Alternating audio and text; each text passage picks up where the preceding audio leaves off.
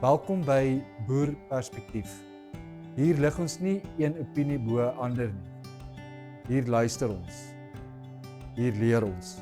Ons glo dat elke boer 'n storie het wat gehoor moet word. Elke plaas dra 'n les. Elke uitdaging dra 'n perspektief. Hierdie kanaal is nie net nog 'n stem in die geraas nie. Dit is 'n plek waar die grond se waarheid gepraat word. Van siektes wat ons vee bedryf, tot die werklikheid van oorlewing op die plaas, tot hoop vir die volgende generasie. Hier begin die gesprek. Welkom by Boerperspektief.